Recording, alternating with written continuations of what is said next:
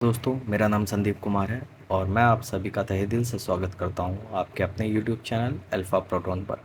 तो जैसा कि आपको थंबनेल देखकर पता चल ही गया होगा कि यह वीडियो यूपीएससी द्वारा कंडक्ट कराए जाने वाले एग्ज़ाम ईपीएफओ के विषय में है। यह वीडियो 3 पार्ट में डिवाइडेड है। पहले पार्ट में हम जानेंगे कि विगत वर्षों में कौन से टॉपिक से कितने सवाल पूछे गए हैं। हम यहाँ पर 2017 व 2021 में हुई परीक्षा को एज ए रेफरेंस लेंगे। सेकंड पार्ट में हम परीक्षा में आई कुछ इम्पोर्टेंट थीम्स और एग्जाम्पल के तौर पर विगत वर्षों में आए कुछ क्वेश्चंस देखेंगे। थर्ड पार्ट में हम कट ऑफ के विषय में जानेंगे। संपूर्ण जानकारी के लिए कृपया इस वीडियो के अंत तक बने रहें।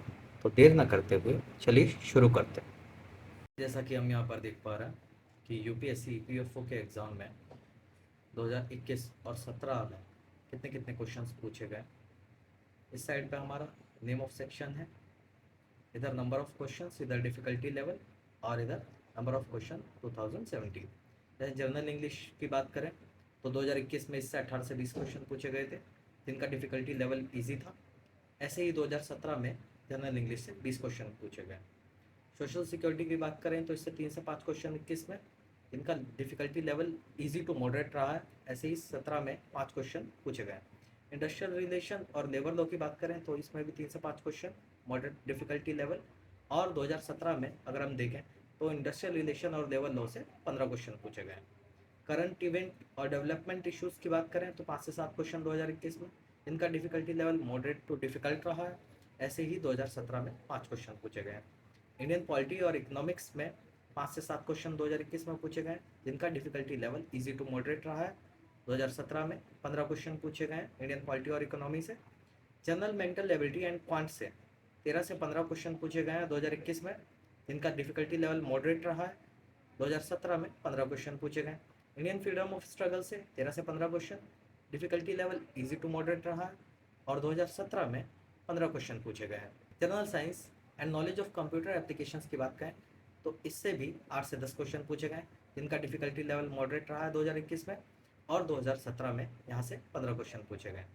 जनरल अकाउंटिंग प्रिंसिपल की बात करें अगर हम तो इसमें भी 8 से 10 क्वेश्चन पूछे गए, इनका भी difficulty level easy to moderate रहा है और 2017 में 15 क्वेश्चन पूछे गए। आइए देखते हैं 2021 में किस टाइप के सवाल जनरल इंग्लिश से पूछे गए। तो जैसा कि आप स्क्रीन पर देख ही पा रहे हैं, जनरल इंग्लिश में 3 टाइप के सवाल पूछे जाते हैं। फर्स्ट टाइप का जो होता है उसमें सिनोनिम्स और एंटोनिम्स पूछे जाते हैं। 5 सिनोनिम्स रहते हैं, 5 एंटोनिम्स रहते हैं। Second, fill in the blanks type के सवाल पूछे जाते हैं, इनकी भी संख्या 5 होती है। और तीसरा, एरर स्पॉटिंग, जिनकी भी संख्या 5 होती है। इन 20 क्वेश्चंस का लेवल इजी टू मॉडरेट रहता है। एग्जाम्पल के रूप में 2021 में पूछे गए इस क्वेश्चन को देखते हैं। The elephant fail into a dash the Hunter had set. The first option is track, second one is trap, third one is trick and the fourth one is trunk. जो भी इसका आंसर देखते ही पहचान गए वो कमेंट बॉक्स में अपना answer लिखते हैं। आइए देखते हैं इसका आंसर क्या है। तो जिनका भी आंसर ट्रैप है उनका आंसर सही है। तो आइए देखते हैं 2017 में पूछा गया ये सवाल। Which one of the following is antonym of the word written in capital letters in the sentence. The sentence is there is a great deal of enmity. तो एनिमिटी का एंटोनियम्स बताना होगा। तो एनिमिटी का एंटोनियम्स यहाँ पे क्या होगा? कॉपरेशन नहीं हो सकता, हॉस्टिलिटी नहीं हो सकता, डिस्प्यूट नहीं हो सकता, तो क्या होगा? एमिटी। जैसा कि हम यहाँ पर देख पा रहे हैं, एनिमिटी का मतलब होता है शत्रुता, और शत्रुता का जो विलोम होगा वो मित्रता ही हो सकता है। इसमें कॉपरेशन का मतलब सहयोग हुआ, डिस्प्यूट का मतलब विवाद हुआ, हॉस्टिलिटी का मतलब शत्रुता हुआ, और यहाँ पे एमिटी का मतलब मित्रता शुद्ध है।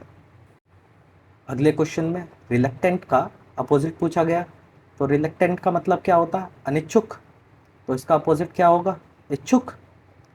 तो हैप्पी का मतलब इच्छुक नहीं होता, अनविलिंग का मतलब इच्छुक नहीं होता, एंशियस का मतलब इच्छुक नहीं होता, तो एगर का मतलब इच्छुक होता। तो यहाँ पे हमारा एक ही ऑप्शन बचा, option C, eager. That means ये ऑप्शन करेक्ट होगा। तो एगर का मतलब क्या हुआ? उत्सुक। एंशियस का मतलब बेचैन, हैप्पी का मतलब प्रसन्न, और अनविलिंग का मतलब अनिच्छा। तो आइए अब देखते हैं हिस्ट्री के वो इंपॉर्टेंट टॉपिक जहाँ से 2021 में सवाल पूछे गए हैं। तो हिस्ट्री में पहला पूछा गया निर्गुण भक्ति से, दूसरा पूछा गया आईने अकबरी से, ये अकबरनामा का एक पार्ट है जो अबुल फजल ने लिखा था। तीसरा पूछा गया गांधी जी की शॉर्ट मार्च से। चौथा पूछा गया socialist group in Congress party. पांचवा मैकॉले 1815 मिनट ऑफ एजुकेशन। छठा पीरपुर रिपोर्ट किसने दी थी। सातवां militant nationalist school of thought पूछा गया। आठवां पूछा गया सोशल सर्विस लीग इन बॉम्बे। नवा पूछा गया कैबिनेट मिशन मेंबर। 2021 और 17 में हिस्ट्री से आए सवालों का प्रारूप देखते हैं कि किस टाइप के सवाल पूछे गए। तो 2021 का सवाल है, who produce the Pirpur report 1938। पहला ऑप्शन है आपका मुस्लिम लीग, दूसरा ऑप्शन है यूनियन पार्टी, तीसरा ऑप्शन है अहरर पार्टी, चौथा ऑप्शन है इंडियन नेशनल कांग्रेस। फटाफट कमेंट बॉक्स में बताइए इसका आंसर क्या होगा, जब तक हम देखते हैं 2017 में आया हुआ एक दूसरा क्वेश्चन। इसमें पूछा गया ऑर्थर के बारे में, बेसिकली एक बुक का नाम दे दिया गया है। बुक का नाम है the evolution of provincial finance in British India, a study in the provincial decentralisation of imperial finance. इसके ऑर्थर इनमें से कौन से होंगे। फर्स्ट ऑप्शन है Dadabhai Naoroji, second option है doctor B R Ambedkar, third option है M N Roy and the fourth option is Jawaharlal Nehru. इसका सही ऑप्शन होगा doctor B R Ambedkar. Pirpur report के बारे में जिनका भी आंसर मुस्लिम लीग था वो लोग जश्न मनाएं। अगला टॉपिक है labour law, social security in India and industrial relations. इसमें जो आपकी की टर्म्स होती हैं जैसे कि क्लोजर, वर्कमैन स्ट्राइक, लॉकआउट, ये सब इंपॉर्टेंट हो जाती है। फैक्ट्री एक्ट 1948 इंपॉर्टेंट हो जाता है। कंट्रोल्ड इंडस्ट्री के बारे में पूछा गया था। Trade union and trade union act 1926 के बारे में पूछा गया था 2021 में। और मिनिमम वेजेस एक्ट 1948 के बारे में 2021 में पूछा गया था। आइए तो 2021 में आया हुआ एक क्वेश्चन देखते हैं। इसमें पूछा जा रहा है कि एडोलसेंट कौन होगा फैक्ट्री अधिनियम 1948 के अनुसार। तो यहाँ पर 4 ऑप्शन है। तो राइट ऑप्शन क्या होगा कि जिसने 15 वर्ष की आयु तो पूरी कर ली है लेकिन 18 वर्ष की आयु से कम का है वो एडोलसेंट होगा।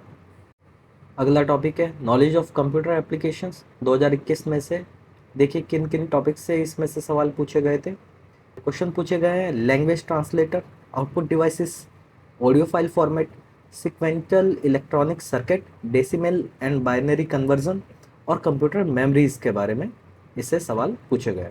2021 में आया हुआ एक सवाल देखते हैं। इसमें ये पूछ रहा है विच one of the following statement is correct. इसमें से कौन सी स्टेटमेंट जो है वो करेक्ट होगी।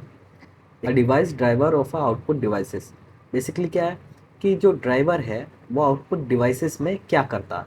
तो इसका आंसर बी होगा। क्या करता है, interprets computer output into user understandable form.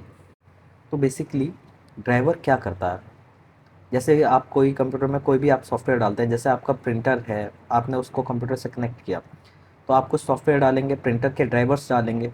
तो वो जो ड्राइवर्स हैं वो कर ये रहे हैं कि जो भी हम कमांड दे रहे हैं प्रिंटर को कंप्यूटर से तो वो उसे अंडरस्टैंड करके वो प्रिंट आउट निकालना है। कुछ क्वेश्चंस को तो देख के ही लगता है कि जैसे तुमको बनाया गया हो सिर्फ मेरे लिए। अब ये सवाल देखो जैसे कि क्या पूछ रहा है, विच one of the following is not a web browser. इनमें से कौन सा वेब ब्राउज़र नहीं है। इतना लप्पू सवाल। इंटरनेट एक्सप्लोरर वेब ब्राउज़र है, फायरफॉक्स वेब ब्राउज़र है, गूगल क्रोम वेब ब्राउज़र है, बचा क्या फेडोरा। फेडोरा एक वेब ब्राउज़र नहीं है। तो क्या है फेडोरा, फेडोरा एक ओपन सोर्स ऑपरेटिंग सिस्टम है। अब अगले सवाल को देखते हैं कि क्या पूछ रहा है, विच one of the following is represent 1 GB। 1 GB इनमें से क्या निरूपित करता।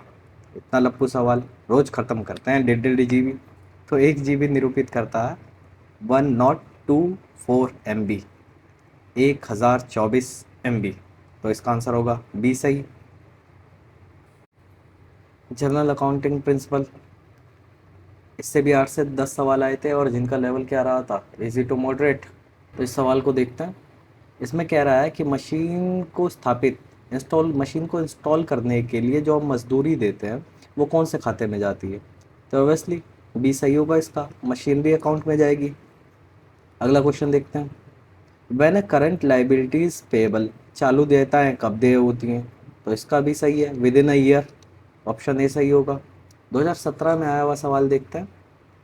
The abnormal loss of consignment is credited to, तो जो प्रेषण यानी भेजा हुआ माल होता है उस पर असामान्य हानि किस लेखे में क्रेडिट की जाती है?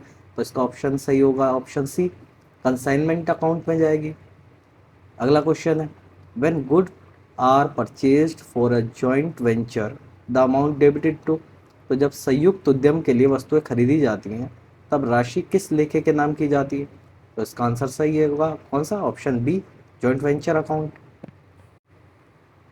साइंस एंड टेक्नोलॉजी, इससे कौन से सवाल पूछे गए थे 2021 में? तो एक क्वेश्चन था फीमेल रिप्रोडक्टिव ऑर्गन ह्यूमंस का, एक एम्फीबियन प्लांट किंगडम से, डिफोरेस्टेशन से सवाल पूछा गया था, नंबर ऑफ क्रोमोसोम से सवाल पूछा गया था, वैक्सीन जो वर्ड है वो ड्राइव कहाँ से हुआ है ये पूछा गया था, इलेक्ट्रोमैग्नेटिक वेवलेंथ के बारे में पूछा गया था, हाइड्रोजन एटम के साइज के बारे में पूछा गया था, ऑक्सीडेशन एंड रिडक्शन क्या होता है ये पूछा गया था।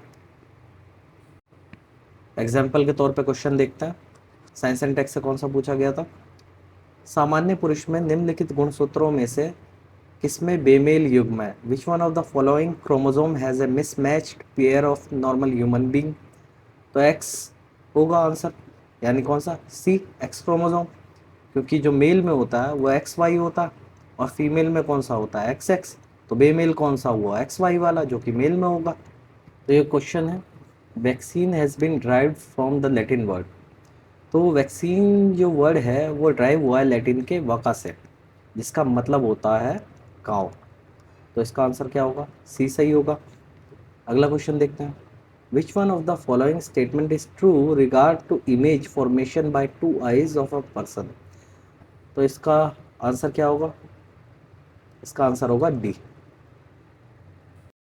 अगर हम बात करें 2017 के कट ऑफ की, तो रिक्रूटमेंट टेस्ट में जर्नल की कट ऑफ गई थी 160 नंबर पर, ओबीसी की कट ऑफ गई थी 142 नंबर पे, एससी की कट ऑफ गई थी 128.5 नंबर पे और एसटी की कट ऑफ गई थी 133.00 नंबर पे। और इंटरव्यू की कट ऑफ जर्नल की 50, ओबीसी की 45, एससी की 40 और एसटी की 40। फाइनल कट ऑफ गई थी 237.5, ओबीसी की 219.72 और एससी की 194.25।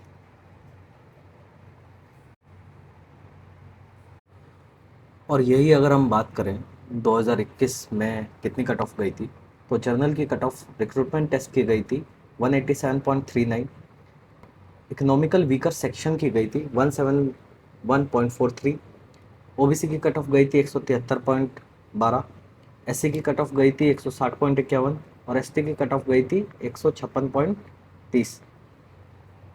इंटरव्यू में जो कट ऑफ गई थी जर्नल की 50, ईडब्ल्यूएस की 50, ओबीसी की 45, एससी की 40, एसटी की 40।